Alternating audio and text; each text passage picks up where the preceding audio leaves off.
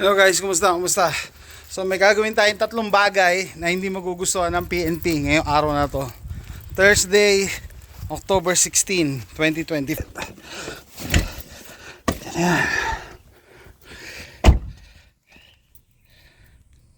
Weather is nice today. It's only 85 degrees Fahrenheit. Only know.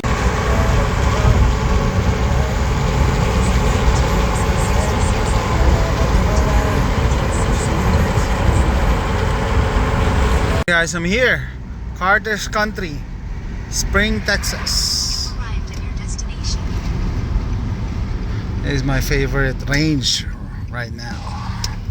Okay, lots of people.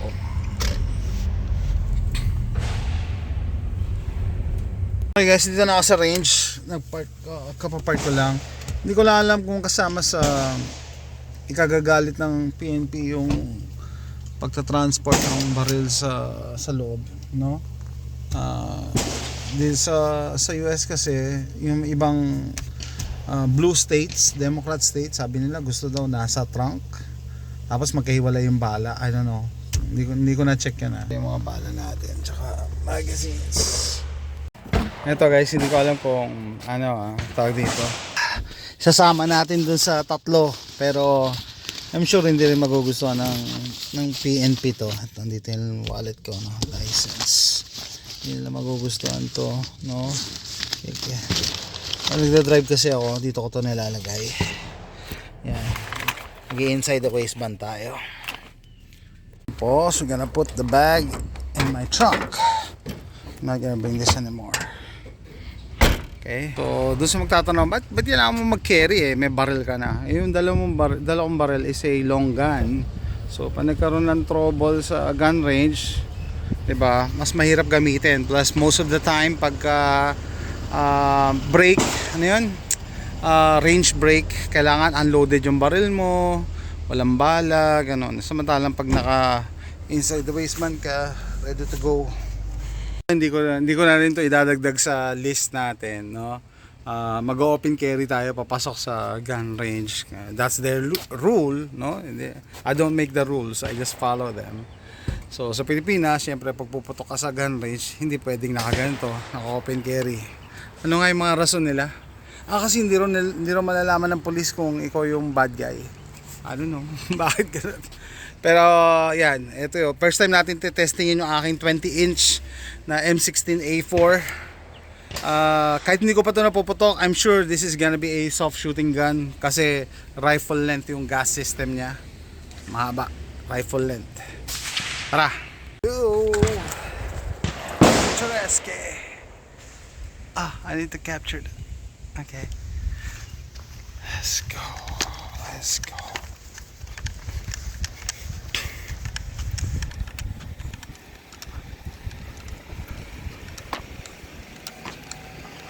Stop. Be sure guns are unloaded. Yeah. Let's go.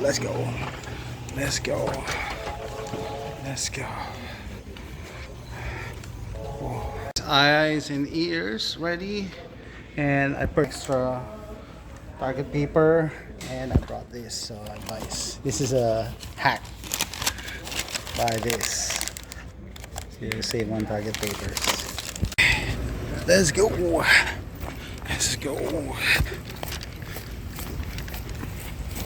Hi guys. My target is with the extra stickers. I'll take a picture. Sa Spinelli. Doon ko binili itong t-shirt ko. Binili ko to hindi to libre. Pero binigyan naman ako ng discount ni Kuya na nagbabantay doon. It's just that ayaw niya masama sa video ko. Hindi ko alam kung bakit. Hindi sila proud sa trabaho nila. Shout out Spinelli. Ito yung t-shirt nyo. Nandito na sa Houston, Texas. Hindi ko mapakita yung likod. Sayang. Watchtower. Ano yung watchtower? Ganda naman. sa likod, maganda rin eh. Ay, ito puputok natin. M16 A4. Firing line, that's all shooters behind the firing line. M16 A4. Okay, shooter. Okay, so number 1 sa list natin, yung pagpunta sa gun range na walang PTT. Ayaw nila yan. Ako, walang PTT. M16 A4. 223556. And number 2 on our list,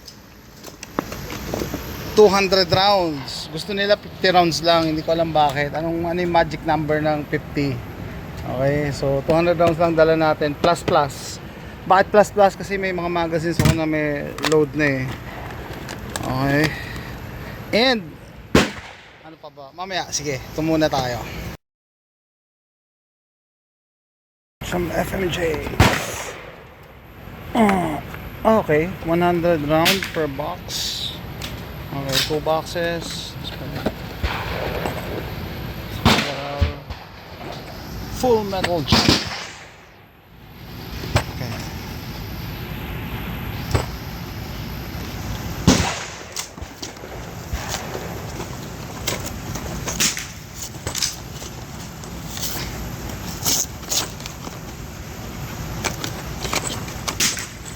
Here we go. Here we go. Here we go. Here we go.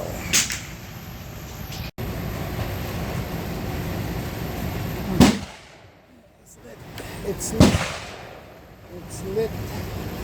Lit AF. Alright, here we go. That.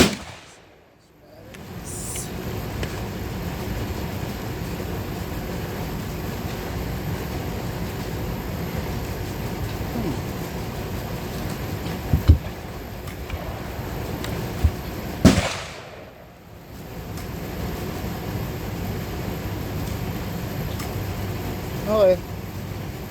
Firing. First shot.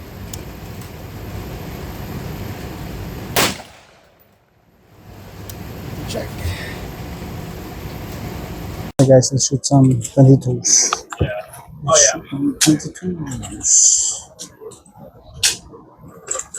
Shoot some 22s.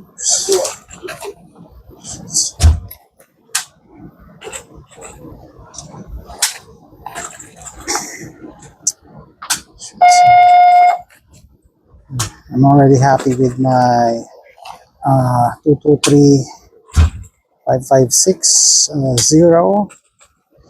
Now let's just do some blinking.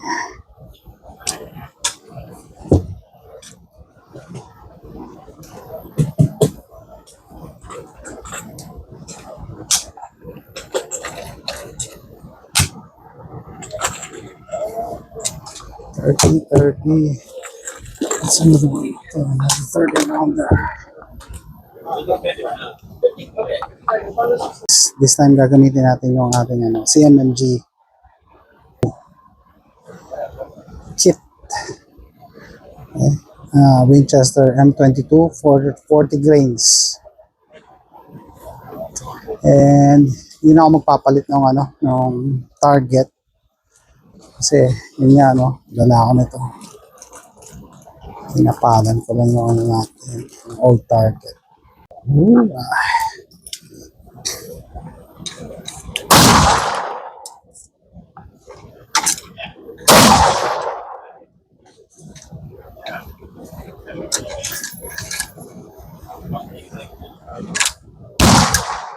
Let's shoot some more. Shoot some more.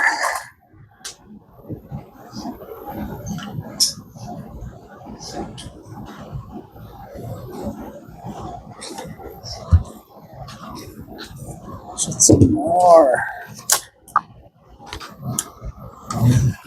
He's not shooting.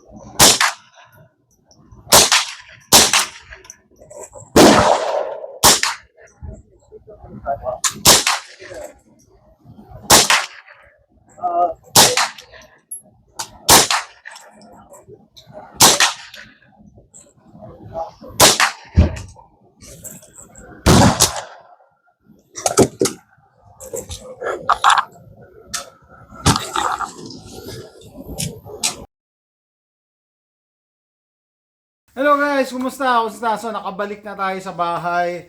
And nagkamali ako nung sinabi kong 200 rounds yung dala kong bala, no. 200 rounds pala yung ano lang 223. Okay? May dala pa tayong ilang rounds ba to? Alam ko 500 rounds to eh. 500 rounds to ng M22. So 500 plus 200 700 rounds. So kung nasa Pilipinas ka 50 rounds lang. Bakit? Hindi ko alam. And hindi ko rin alam paano na-implement yun. Okay, so this video for educational purposes lang to, no? Para malaman nyo how is it like on the other side of the world. Okay, so isa-isay natin yung mga bagay. Sabi ko, parang hindi lang tatlo pala yung binayolate natin kung sakaling nasa Pilipinas tayo. Okay? So, number 1, na-mention ko, pumunta ako sa gun range na wala akong permit to transport, PTT. Violation yun kung nasa Pilipinas ka. And hindi ko rin alam paano na-implement yun sa Pilipinas. May nakaabang ba na police sa gun range? Nire-report ba ng gun range? I don't know. Or depende sa gun range? I don't know. Paano kung mapunta ka sa isang private range? Diba? Paano malalaman ng PNP yun, ng police? Yun, maraming ginawa na regulations sa Pilipinas na hindi mo alam paano na-implement eh. Parang maganda lang siya pakinggan or basahin on paper, pero in reality, talaga ba? Okay, so yun. Wala tayong PTT. Pangalawa, parang lampas 3 pala to eh, yung ginawa natin. Wala tayong PTT. Wala tayo, lampas tayo sa ammo limit na 50 rounds. This is 200 na 223. And ito 500 to. Alam mo to 500. A brick of 22 LR. Kasi gumamit tayo ng CMMG 22 LR kit. So yun ang nakapasok dito ngayon. Okay? So ito yung 556 niya. Ito yung 556 niya na BCG.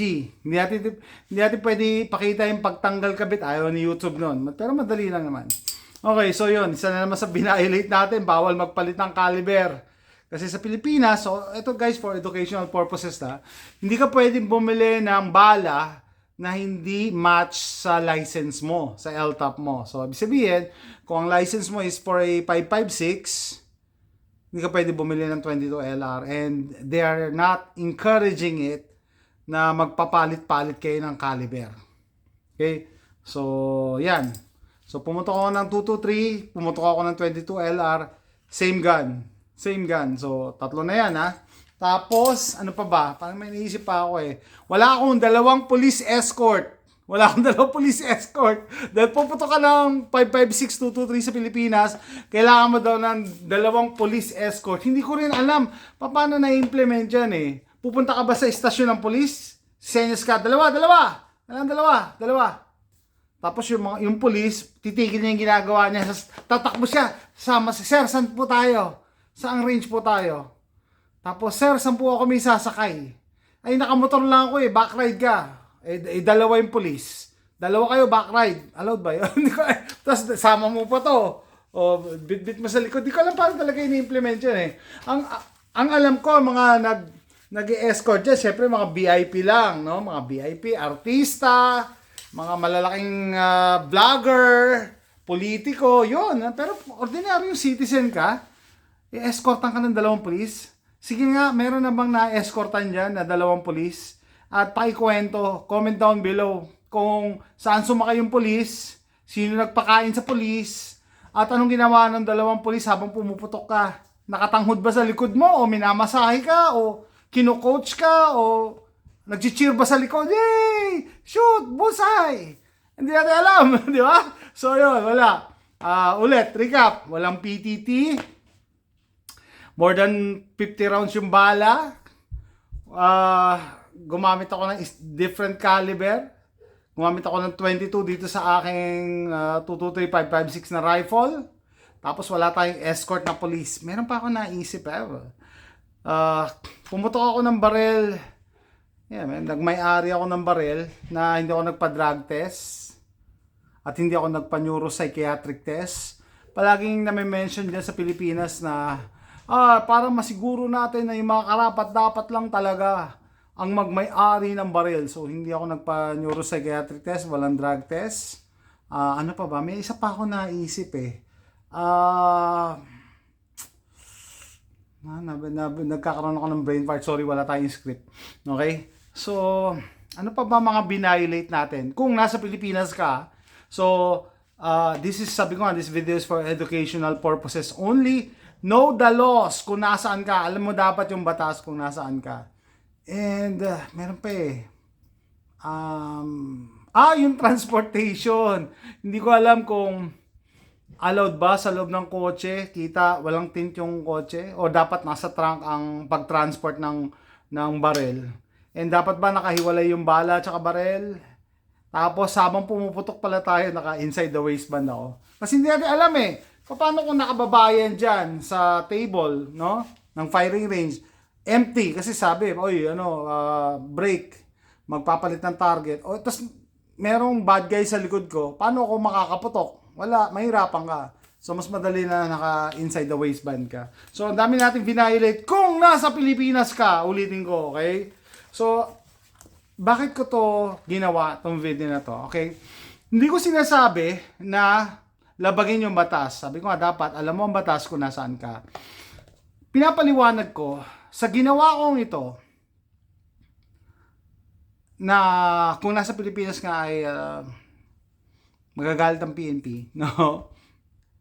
Did I endanger the community? Yun ba? Mas naging delikado ba ako sa komunidad? Hindi ba naging safe yung community nung nagpunta ako sa gun range na wala akong PTT and so forth? Diba? Pakisagot lang.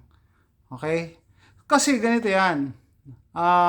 Just because sinabi nila ng mga authority, it doesn't mean totoo. It doesn't mean na tama. It doesn't mean na totoo, mas safe ang ating community pag sumunod na lang kayo. May mga reason sila kung bakit nila yan. Pero most often than not, yung mga tao in authority naglalabas ng mga rules and regulations para sa kanila, para maprotektahan. Di ba ayaw nga nila na, ano ba yung rason?